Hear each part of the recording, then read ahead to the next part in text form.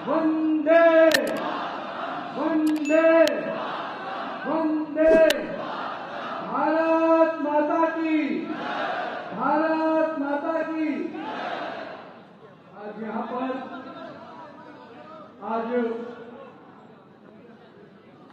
उस स्थान पर मैं आज उपस्थित हुआ हूँ, उस धरती पे मेरे को आज उपस्थित होने का मौका मिला है, जो जिस धरती ने और जिस धरती के लिए हमारे नेता आदरणीय श्यामा प्रसाद मुखर्जी जी ने अपने जीवन का बलिदान दिया है। मैं इस पुण्य धरती को नमन करता हूँ और इसको आप सबको का भी अभिनंदन करता हूँ, जिन्होंने उनके सपनों को साकार करने के लिए जो संघर्ष किया, उसके साक्षी यहाँ पर बैठा हुआ हर शख्स है, हर परिवार है। आज के दिन मंच पे उपस्थित हमारे पार्टी के प्रदेश के अध्यक्ष संत शर्मा जी, हमारे केंद्रीय मंत्री आदरणीय डॉक्टर जितेंद्र सिंह जी, भारतीय जनता पार्टी के राष्ट्रीय महामंत्री आदरणीय तरुण चूग जी, हमारे नेता प्रतिपक्ष भाई सुनील शर्मा जी, हमारे वरिष्ठ नेता जुगल किशोर शर्मा जी, आदरणीय गुलाम अली खुराना जी, हमारे वरिष्ठ मेरे मित्र रविंद्र रैना जी, आदरणीय निर्मल सिंह जी, नरेंद्र रैना जी, श्यामलाल शर्मा जी, हमारे सभी यहाँ पर उपस्थित माननीय जिलाध्यक्ष जी और हमारे सभी वरिष्ठ, मैं देख रहा हूँ पार्टी के कई वरिष्ठ नेता हमारे साथ यहाँ पर उपस्थित हैं। मैं सबको प्रणाम करता हूँ। कई लोगों के साथ मेरे स्मरण जुड़े हैं, मैं उन सबको अभिनंदन करता हूँ। मेरी मातृशक्ति यहाँ बैठी है, मैं उनको भी अभिनंदन करता हूँ। मेरे सभी वरिष्ठ कार्यकर्ताओं का अभिनंदन करता हूँ और साथ ही साथ मेरे युवा साथियों का भी अभिनंदन करता हूँ, जिन युवा साथियों ने जम्मू कश्मीर की पहचान को बदलने में बहुत ही पुरुषार्थ किया है। मित्रों, जिस धरती पर मैं आज यहाँ पर उपस्थित हुआ हूँ, मैं कहता हूँ त्रिकुटा पर्वत पर विराजमान मां वैष्णो देवी को नमन करते हुए, क्योंकि कहीं न कहीं जब तक माता का आशीर्वाद नहीं होता है, कोई भी पुत्र आगे नहीं बढ़ सकता और कोई भी देश आगे नहीं बढ़ सकता, क्योंकि हम सबको भारत माता का आशीर्वाद मिलता है, मां वैष्णो देवी का आशीर्वाद मिलता है, तभी हम भारत को आगे बढ़ाने के लिए काम करते हैं। मैं नमन करता हूं रघुनाथ मंदिर जी के, जिसका निर्माण हमारे महाराजा गुलाब सिंह जी ने प्रारंभ किया, और हम कह सकते हैं कि उत्तर भारत में सबसे बड़े मंदिर परिसरों में से एक हमारा ये मंदिर निश्चित रूप से हमारे आस्था का और भक्ति का केंद्र बना है। मैं आज के दिन अपने बाबे वाली माता और पीर खो की पवित्र गुफा को भी नमन करता हूं और उनका आशीर्वाद देता हूं। आज के दिन मैं उन वीर सपूतों को भी याद करना चाहता हूं, अपने जनरल जोरावर सिंह जी को, जिन्होंने लद्दाख तक भारत का ध्वज लहराया पहुंचाया। मैं उनको भी आज ब्रिगेडियर राजेंद्र सिंह जी को भी याद करता हूं, जिन्होंने 1947 में अपने प्राणों की आहुति देकर इस कश्मीर और जम्मू की रक्षा की है।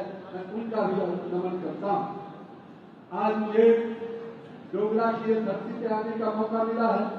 ये बलिदान की धरती है और इसकी कहानी निश्चित रूप से हर जम्मू कश्मीर के युवाओं की जुबानी से हम देख सकते हैं।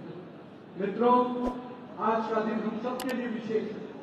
जनसंघ काल से लेकर हमारे राष्ट्रीय स्वयंसेवक संघ के प्रचारक के रूप में, और हम कह सकते हैं जिन्होंने हम सबको पथ प्रदर्शक के रूप में हमें प्रेरणा दी, और आज जब हम उनका 125वीं जयंती मनाने के लिए यहाँ पर उपस्थित हुए हैं, तो मैं यहाँ पर उपस्थित अपने सभी कार्यकर्ता वर्गों को और साथ ही साथ बड़ी संख्या में जो कार्यकर्ता पंडाल में बैठे हैं, मैं उनको भी नमन करता हूं, उनका भी अभिनंदन करता हूं। भारतीय जनता पार्टी का कार्यकर्ता जो सबसे निचले पैदान पर भी बैठा रहता है, वो भी उतना ही महत्वपूर्ण होता है जो मंच पर बैठा हुआ कार्यकर्ता भी।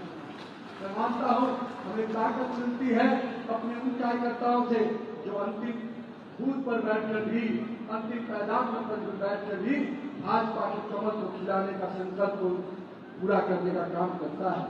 मित्रों, आज का दिन हम सब कार्यकर्ताओं के लिए, और मैं कहता हूं कि इस पूरे जम्मू कश्मीर के लिए विशेष दिन है। मुझे मालूम है यहाँ के लोग किस प्रकार से आज के दिन को अलग अलग तरीके से उत्साह के साथ मनाते हैं। मित्रों, जिस शख्स ने, हमारे श्रद्धेय श्यामा प्रसाद मुखर्जी जी ने अपने बलिदान को, अपने जीवन की आहुति दी, उनका आज जन्मदिन है और उनकी जयंती को हम इस रूप में मनाना चाहते हैं कि उनके संघर्ष को तो याद करना चाहिए। इस जम्मू कश्मीर में जो उन्होंने सपना देखा, उस सपनों को साकार करने वाला काम किसी ने किया तो भारतीय जनता पार्टी का कार्यकर्ताओं ने किया है। मित्रों, इसलिए मैं कहता हूं, हमारे नेता माननीय प्रधानमंत्री नरेंद्र मोदी जी ने जो सपना श्यामा प्रसाद मुखर्जी जी ने देखा था कि इस एक देश में एक विधान होगा, एक प्रधान होगा और एक निशान होगा, आज इस सपने को पूरा किया हमारे नेता माननीय प्रधानमंत्री नरेंद्र मोदी जी ने। साथियों, इतिहास के पन्नों में कई कहानियां छिपी हैं, कई लोगों के अपने अपने स्मरण हैं, पर मेरे भी अपने स्मरण हैं। मुझे याद है जब 2011 में राष्ट्रीय एकता यात्रा के माध्यम से मुझे भी जम्मू कश्मीर में तिरंगा फहराने के लिए उस युवा मोर्चा के टीम के साथ आने का मौका मिला था।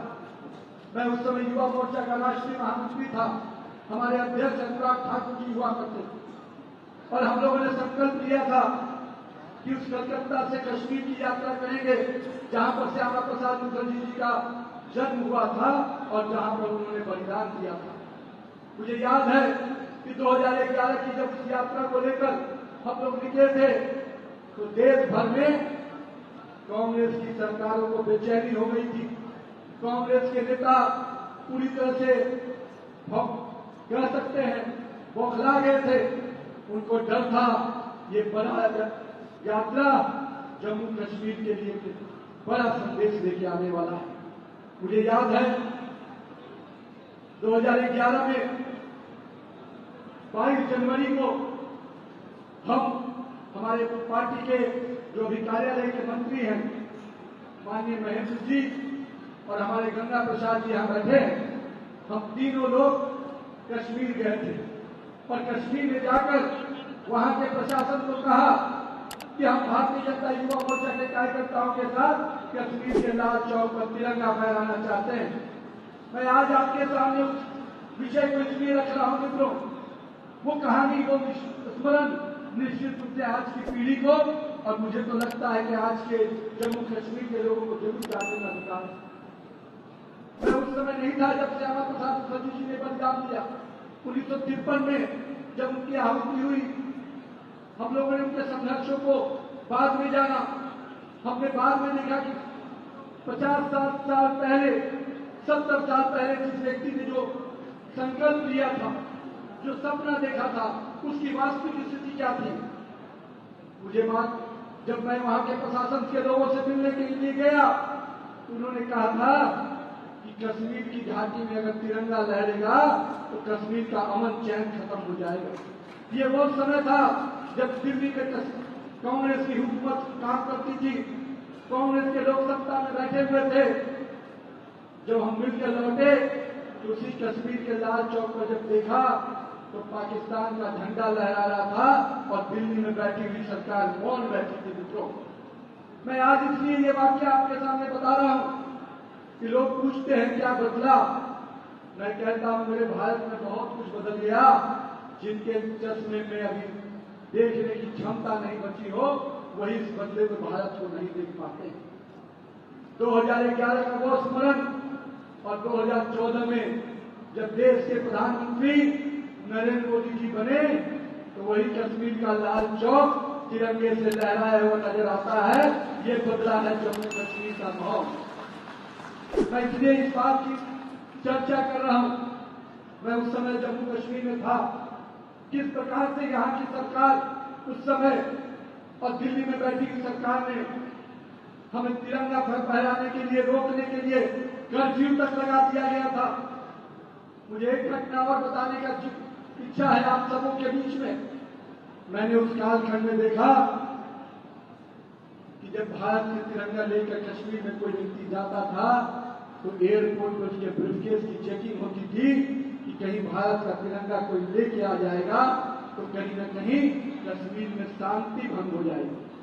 हम लोगों ने उस समय जम्मू में पेपर छपता था, जम्मू के पेपर के थाक के बंडल में डालकर हम लोगों ने भारत का तिरंगा कश्मीर तक भेजने का काम किया था।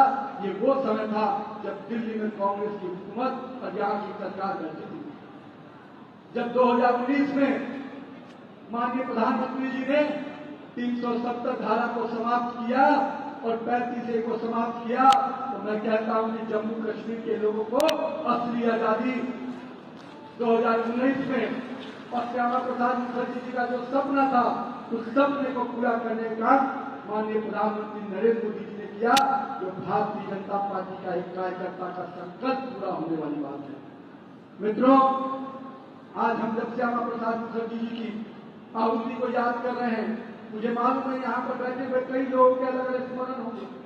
उससे पहले हमारे पूर्व के पार्टी के राष्ट्रीय अध्यक्ष माननीय मुरली मनोहर जोशी जी ने भी यात्रा निकाली, संघर्ष किया। हमारे अभी के प्रधानमंत्री माननीय नरेंद्र मोदी जी उस समय उस यात्रा के महासचिव के रूप में, उस यात्रा के कार्यकर्ता के रूप में भाग लिए। उन्होंने भी संकल्प किया था कि मुझे कश्मीर के घाटियों में, कश्मीर के वादियों में, जम्मू कश्मीर में भारत के तिरंगे को फख्र से लहराना है। और आज मुझे बड़ी खुशी है कि जब हम उनकी 125वीं जयंती मना रहे हैं तो उनका जन्म स्थान पर भी भारत का तिरंगा गर्व से लहरा रहा है और भाजपा का भगवा पूरी तरह से पश्चिम बंगाल में भाजपा की जीत के रूप में। पश्चिम बंगाल में भी मित्रों जिस प्रकार से संघर्ष हुआ, पश्चिम बंगाल में भी जिस प्रकार से लोग कहते थे कि भारतीय जनता पार्टी बाहर की पार्टी है, अरे जिस भारतीय जनता पार्टी का संस्थापक सदस्य का जन्म स्थान कलकत्ता था, उसको भी हमने भगवामय किया। भारतीय जनता पार्टी का कमल का निशान आज वहां पूरी तरह से गर्व के साथ आगे बढ़ रहा है और विकास के पैमाने को आगे बढ़ा रहा है। लेकिन मित्रों, जम्मू कश्मीर के लोगों ने भी बहुत संघर्ष किया है। मैं आज जब उसके पहले भी कई बार यहाँ पे आता था, कार्यकर्ताओं के जो संघर्ष थे, मैं आज उस संघर्ष को भी नमन करता हूँ। हमारे कार्यकर्ताओं ने चाहे कश्मीर की वादियों से लेकर जम्मू तक काफी लंबे समय तक संघर्ष किया है, परिश्रम किया। लेकिन मुझे इस बात की खुशी है कि जो सपना और जो संघर्ष आपने किया, उसको हमारे नेता और आपके नेता माननीय प्रधानमंत्री नरेंद्र मोदी जी ने पूरा किया। मित्रों, आज जब हम कांग्रेस के कुकर्म को देखते हैं, कांग्रेस की नाकामी को देखते हैं, तो लगता है कि आज अगर भारतीय जनता पार्टी की सरकार दिल्ली में नहीं बैठी होती तो आज भी जम्मू कश्मीर का युवा स्टोन पेटर्स के रूप में जाना जाता, रणजी विजेता के रूप में नहीं जाना जाता। आज पूरे देश में भारत के युवाओं की चर्चा होती है, पूरे विश्व में भारत के युवाओं की चर्चा होती है। मुझे याद है 2014 के पहले कश्मीर के युवाओं को लोग कहते थे कि ये स्टोन पेटर्स है। लेकिन मुझे बड़ी खुशी हुई जब क्रिकेट के मैच में, क्रिकेट के मैदान में जम्मू कश्मीर के युवाओं ने अपना दमखम दिखाया और एक रणजी विजेता के रूप में पूरे जम्मू कश्मीर का सम्मान बढ़ाया। ये माननीय प्रधानमंत्री जी का उस सपना है जो उन्होंने खेलों को बढ़ावा दिया और खेल के साथ शांति और सौहार्द को भी आगे बढ़ाया।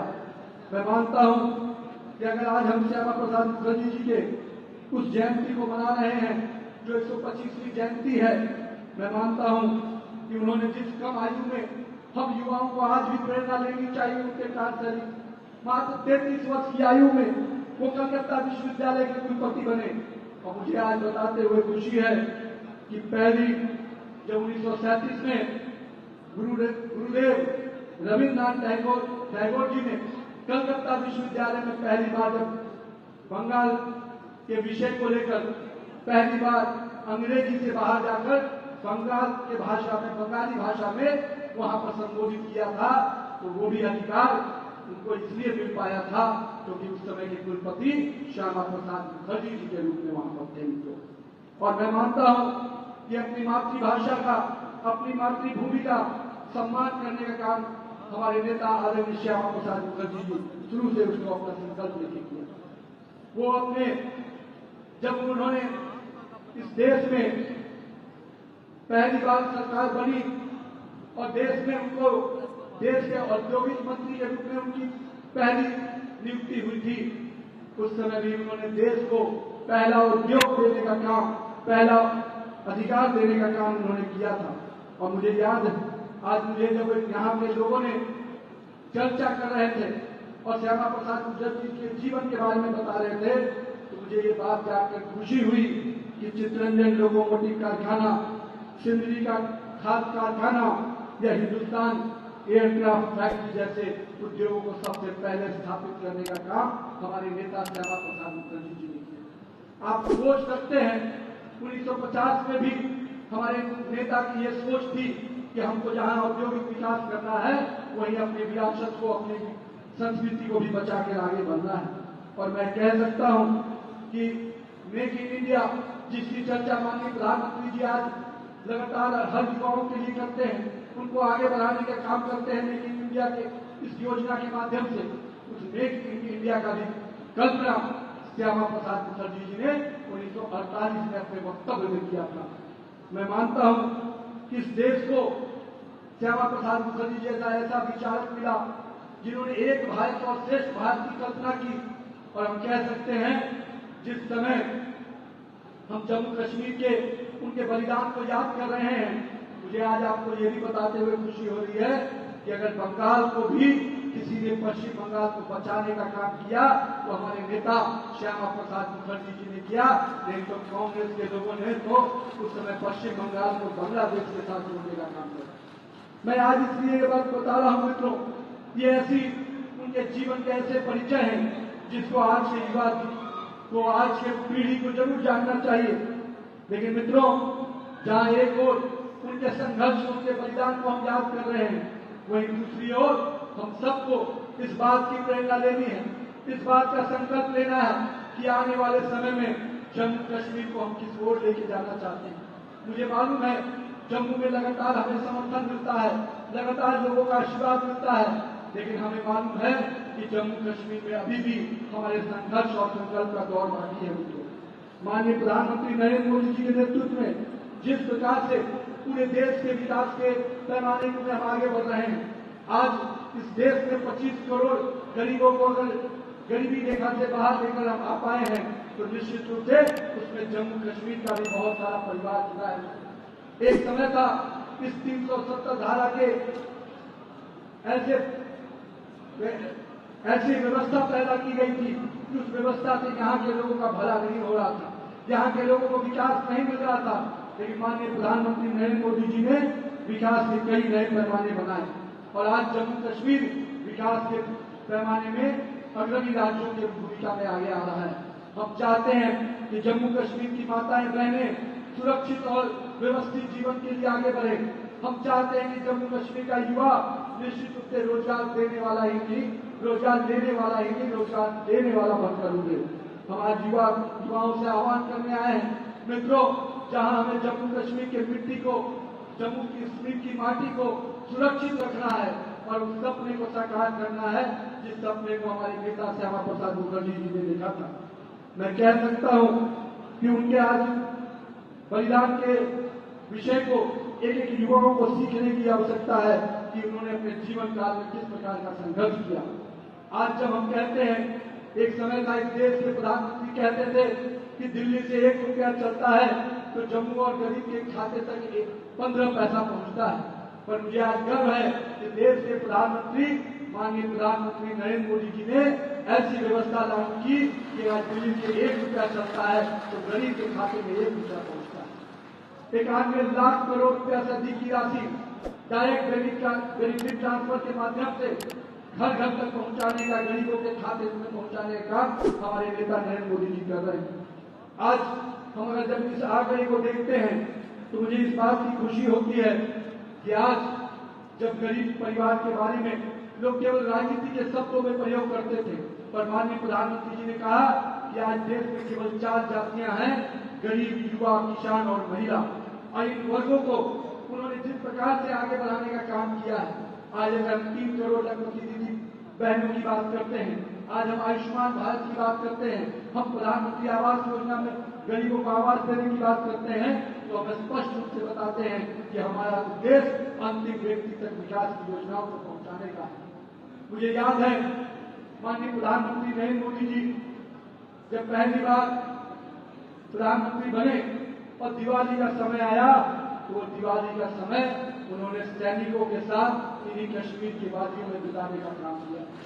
मैं इसलिए आज इस बात का जिक्र कर रहा हूं, पहले लोग दिल्ली में सरकार में बैठते थे, दिल्ली में प्रधानमंत्री बनकर दिल्ली तक ही महफूज रहते थे, और आज हमारे देश के प्रधानमंत्री हर राज्य के विकास की चिंता करते हैं और उस राज्य में जाकर विकास की योजनाओं को आगे बढ़ाते हैं। इस देश में नॉर्थ ईस्ट की चर्चा एक अलग ही तरीके से होती थी, पर मैं आज कश्मीर के लोगों को, जम्मू के लोगों को बताना चाहता हूं कि माननीय प्रधानमंत्री जी के नेतृत्व में जहां जम्मू कश्मीर विकास के पैमाने पर आगे बढ़ रहा है, वही नॉर्थ ईस्ट की भी राज्य आज विकास के पट्टी पर लगातार आगे बढ़ रहे हैं। ये हमारी सोच है। हम केवल केंद्र की राजधानी को ही नहीं, हम देश की राजधानी को ही नहीं विकसित करते, हम विकास की योजनाओं को अंतिम व्यक्ति तक पहुंचाने का काम। इस देश में एक समय सोच था, सरकारें कहती थी कि सीमाओं में पड़ने वाले गांव हमारे अंतिम गांव हैं, और अंतिम गांव की सुरक्षा के प्रति, उनके विकास के प्रति कोई चिंता नहीं होती थी। पर माननीय प्रधानमंत्री नरेंद्र मोदी जी ने उस सोच को बदल के रख दिया। मित्रों, उन्होंने कहा कि देश की सीमाओं में पड़ने वाले गांव हमारे प्रथम गांव हैं, और उन गांव का विकास और उनकी सुरक्षा देश की सबसे पहली जवाबदेही है। मैं मानता हूं कि यह संदेश उन गांव में, सीमाओं पर रहने वाले लोगों को निश्चित रूप से ताकत देता है, और इस बात के लिए प्रेरित करता है कि दिल्ली में बैठा हुआ देश का प्रधानमंत्री अंतिम व्यक्ति तक, अंतिम गांव तक के लोगों की चिंता करता है। मित्रों, ये बदलाव मित्रों ऐसे ही नहीं आया है। इस बदलाव के लिए आपने लंबा संघर्ष किया है। देश के लोगों ने माननीय प्रधानमंत्री नरेंद्र मोदी जी को अगर आशीर्वाद दिया, हमें याद होना चाहिए 2012 और 2013 का समय, जिस समय सरकारें चलती थी और देश के लोगों को केवल इस रूप में देखा जाता था कि भारत के लोगों के बीच में केवल अराजकता है, भ्रष्टाचार है। हम जब देश के दूसरे भागों में जाते थे तो विकास की चर्चा कम होती थी और अराजकता और भ्रष्टाचार की चर्चा होती थी। माननीय प्रधानमंत्री नरेंद्र मोदी जी ने स्पष्ट रूप से कहा कि हम देश में अगर विकास की बात करेंगे तो हम भ्रष्टाचार को जीरो टॉलरेंस की नीति से अपनाएंगे। और मैं कह सकता हूं, जम्मू कश्मीर के भी लोगों को भी उन्होंने विकास के पैमाने पर अगर जोड़ा तो उसका बहुत बड़ा लाभ जम्मू कश्मीर के एक गरीब परिवार को मिला है। आज हम सोशल सिक्योरिटी की बात करते हैं, तो सोशल सिक्योरिटी में 95 करोड़ से अधिक लोगों को, 95 करोड़ से अधिक लोगों को माननीय प्रधानमंत्री जी की जो विकास की वेलफेयर की योजना है वो गरीब के खाते तक पहुंच रही है। मित्रों, आज अगर राष्ट्रीय राजमार्ग की बात करते हैं तो एक समय मात्र 91 लाख किलोमीटर की राष्ट्रीय राजमार्ग, 91,000 किलोमीटर की राष्ट्रीय राजमार्ग था, आज करीब 1.5 लाख किलोमीटर की राष्ट्रीय राजमार्ग है। अगर आज हम हवाई अड्डे की बात करते हैं तो मात्र 74 हवाई अड्डे होते थे, आज देश में 160 हवाई अड्डे हैं। हम मोबाइल नेटवर्क से, मोबाइल के मैन्युफैक्चरिंग में पूरे विश्व में अब दूसरे नंबर पे आ गए हैं। एक समय किसी देश के बारे में कहा जाता था कि ये देश मैन पावर है, यहाँ पर लोग एक मैन पावर के रिसोर्स के रूप में देखा जाता था। माननीय प्रधानमंत्री जी ने उस सपने को भी बदला, सोच को बदला, और मैं कह सकता हूं कि आज भारत मैन पावर नहीं, मैन्युफैक्चरिंग पावर बनकर उभर रहा है। मैं आज के दिन जम्मू कश्मीर को इस बात के लिए विश्वास दिलाने आया हूं कि दिल्ली में जो बैठी हुई सरकार है उसका आज भी वही संकल्प है कि हम जम्मू कश्मीर के विकास के प्रति संकल्पित हैं। हमें मालूम है कि जिस प्रकार से यहाँ की सरकार का नीतियां आज भी वो दोहरी नीति के साथ काम करते हैं, जम्मू के प्रति उनकी सोच और कश्मीर के प्रति उनकी सोच दोहरी रहती है। लेकिन मुझे मालूम है भारतीय जनता पार्टी का कार्यकर्ता श्यामा प्रसाद मुखर्जी की प्रेरणा से काम करता है, उस कश्मीर के वादियों में भी भाजपा का कमल आज नहीं तो कल खिलेगा और निश्चित रूप से कश्मीर और जम्मू पूरी तरह से भाजपा में बनेगा। हमारे संघर्ष अभी भी है, लेकिन हम अपने वहां के लोगों को भी स्पष्ट रूप से कहना चाहते हैं, हमने कभी उस आईने से नहीं देखा कि विकास की किरणें किस गरीब के खाते में पहुंचती हैं। हमने इस आईने से देखा कि जो भी गरीब है वो भारत का व्यक्ति है, उसके विकास की चिंता हमें करें। हमने धर्म के आईने से लोगों को नहीं देखा है, हमने विकास के पैमाने पर एक व्यक्ति को जोड़ने का काम किया। अगर आज हमने ट्रिपल तलाक को खत्म किया तो मैं मानता हूं कि मुस्लिम बहनों को एक स्वावलंबी और सुरक्षित जीवन देने का काम हमने किया है। मैं मानता हूं इस देश में हमारे लिए अभी भी कई बड़े लक्ष्य बचे हुए, पर जेल में जो अभी परिस्थितियां पैदा की जा रही है, जिस प्रकार की व्यवस्था को प्रयास में किया जा रहा है, मेरा मानना है कि भाजपा के कार्यकर्ताओं को अभी भी आने वाला 20 वर्ष बहुत ही संघर्ष का वर्ष होगा। अगर हम 2047 का विकसित भारत बनाने का सपना पूरा करना चाहते हैं और 2047 के विकसित भारत को देखना चाहते हैं, तो निश्चित रूप से हमको भारतीय जनता पार्टी को भी उसी प्रकार से मजबूती से खड़ा करना होगा। हमारे पूर्व के वरिष्ठ नेताओं ने अपने संघर्ष को अपने बलिदान के बल पर, अपने परिश्रम के बल पर कहीं न कहीं भाजपा को इतने बड़ा विस्तार स्वरूप दिया है, लेकिन हमारे इस वर्तमान पीढ़ी को भी अपने कालखंड का संघर्ष करना पड़ेगा। हमें आज भी भारतीय जनता पार्टी को मजबूत करने के लिए जनता के साथ सीधे संवाद से जुड़ना होगा, तभी हम भारतीय जनता पार्टी को 2047 में इसी प्रकार से और मजबूती से खड़ा कर पाएंगे मित्रों, और तभी हमारा सपना देश को 2047 में विकसित भारत बनाने का। और मेरा पूरा विश्वास है 2047 का जिस समय हम सपना पूरा करेंगे उस समय जम्मू कश्मीर को भी 2047 में विकसित जम्मू कश्मीर बनाकर देंगे। और मेरा पूरा विश्वास है हमने देश के जनता के दिलों में उतर कर काम किया है, देश की जनता से जुड़कर काम किया है, और जिस प्रकार से देश के अलग अलग राज्यों में हमें लगातार सफलता मिल रही है, आप संघर्ष जारी रखिए, आप जनता के साथ संवाद जारी रखिए, आप अपने केंद्र की योजनाओं को जनता के बीच में ले जाने का संकल्प उसी प्रकार से करते रहिए। वो दिन दूर नहीं जिस दिन जम्मू कश्मीर में भारतीय जनता पार्टी की अपनी सरकार बनेगी मित्रों। हम लोगों ने वो क्षण भी देखा जब लोग जम्मू कश्मीर आने से डरते थे, पर माननीय प्रधानमंत्री जी के नेतृत्व में जिस प्रकार से जब जब मौका मिला उन्होंने जम्मू कश्मीर की सुरक्षा के प्रति अपनी पहली जवाबदेही को हमेशा निभाया।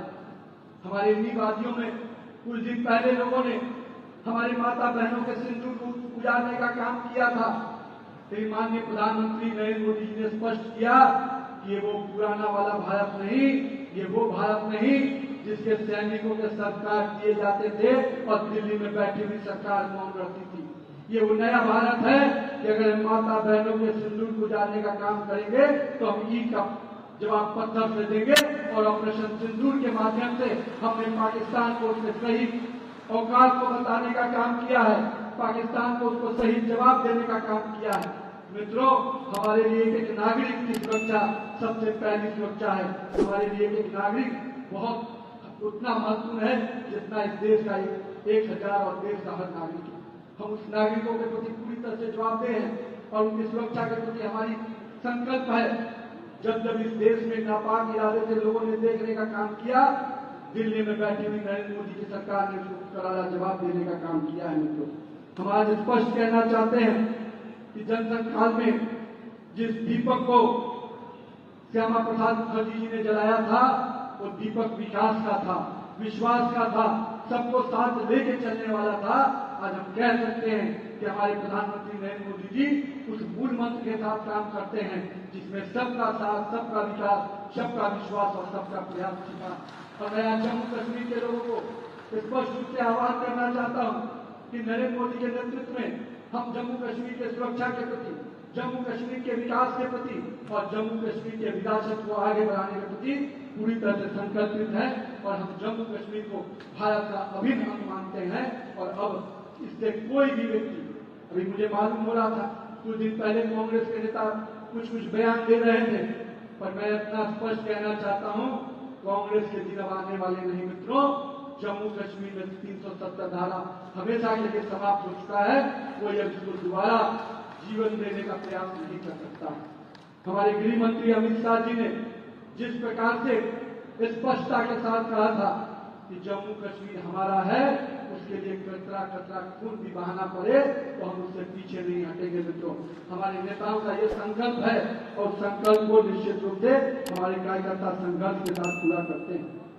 और मैं मानता हूं आज जम्मू कश्मीर की वादियों में हमारे जिस प्रकार से देश के अलग अलग भागों से लोग पर्यटन आ रहे हैं, यहाँ के पर्यटन के उद्योग को फिर से वो बढ़ोतरी मिल रही है, उनका मनोबल बढ़ रहा है। मैं मानता हूं कि जम्मू कश्मीर के युवाओं को रोजगार के नए अवसर मिलते हैं और आज के दिन पर्यटन अपने आप में एक बड़ा उद्योग है और जिस उद्योग को अगर किसी से ताकत मिलती है तो लोगों की सुरक्षा से ताकत मिलती है। मुझे मालूम है ये उद्योग कई राज्यों के इकोनॉमी को बढ़ाने का काम करता है और जम्मू कश्मीर के लोगों को भी संबल प्रदान कर रहा है। मित्रों, आज 125वीं जयंती के दिन जिस प्रकार से बड़ी संख्या में आप जुटे हैं, मैं आज सबको श्यामा प्रसाद मुखर्जी जी के जयंती के अवसर पर इस संकल्प के साथ आपको आगे के लिए हम सबको एक बढ़ना है कि जो सपना, जो विश्वास उन्होंने संगठन के रूप में भारतीय जनता पार्टी या जनसंघ की स्थापना से किया था, भारतीय जनता पार्टी उस विश्वास के साथ काम कर रही है। हमारे नेता जहाँ एक भारत श्रेष्ठ भारत की कल्पना को आप आगे बढ़ा रहे हैं, हमारे दीनदयाल उपाध्याय के अंत्योदय के सपने को आगे बढ़ा रहे हैं और श्रद्धेय अटल बिहारी वाजपेयी के सुशासन की सरकार के मॉडल को आगे बढ़ा रहे हैं। मैं कह सकता हूँ माननीय प्रधानमंत्री नरेंद्र मोदी जी एक भारत श्रेष्ठ भारत, अंत्योदय और सुशासन, इन तीनों के मूल मंत्र को आत्मसात करते हुए विकसित भारत का 2047 का सपने की ओर भारत को लेकर चल रहे हैं और वो सपना निश्चित रूप से श्यामा प्रसाद मुखर्जी के सपनों को साकार करने वाला होगा। मैं आज के दिन अपने उन सभी वरिष्ठ कार्यकर्ताओं का अभिनंदन करता हूँ जिन्होंने उस कालखंड में काम किया। जब श्यामा प्रसाद मुखर्जी जी के साथ कई लोगों ने अपने यहाँ पर संघर्ष किया, मैं उन लोगों को आज याद करना चाहता हूँ, उनको नमन करता हूँ और कहीं न कहीं उनको संकल्पित करता हूँ आज की युवा पीढ़ी को कि हमें अपने कालखंड का संघर्ष करना है और वैसा भारत बनाना है जिसका सपना श्यामा प्रसाद मुखर्जी जी, दीनदयाल उपाध्याय जी और श्रद्धेय अटल बिहारी वाजपेयी ने देखा है। आइए हम सबको मिलकर जम्मू कश्मीर को सुरक्षित, विकसित और विरासत वाली राजनीति में लेकर आगे बढ़े। बहुत बहुत धन्यवाद। आप सबका अभिनंदन करते हुए मैं अपनी बातों को समाप्त करता हूँ। बोलिए भारत माता की, भारत माता की, भारत माता की। जहाँ हुए बलिदान मुखर्जी, जहाँ हुए बलिदान मुखर्जी, जो कश्मीर हमारा है, जो कश्मीर हमारा है, ये सपना भी पूरा होगा। मित्रों, बहुत बहुत धन्यवाद।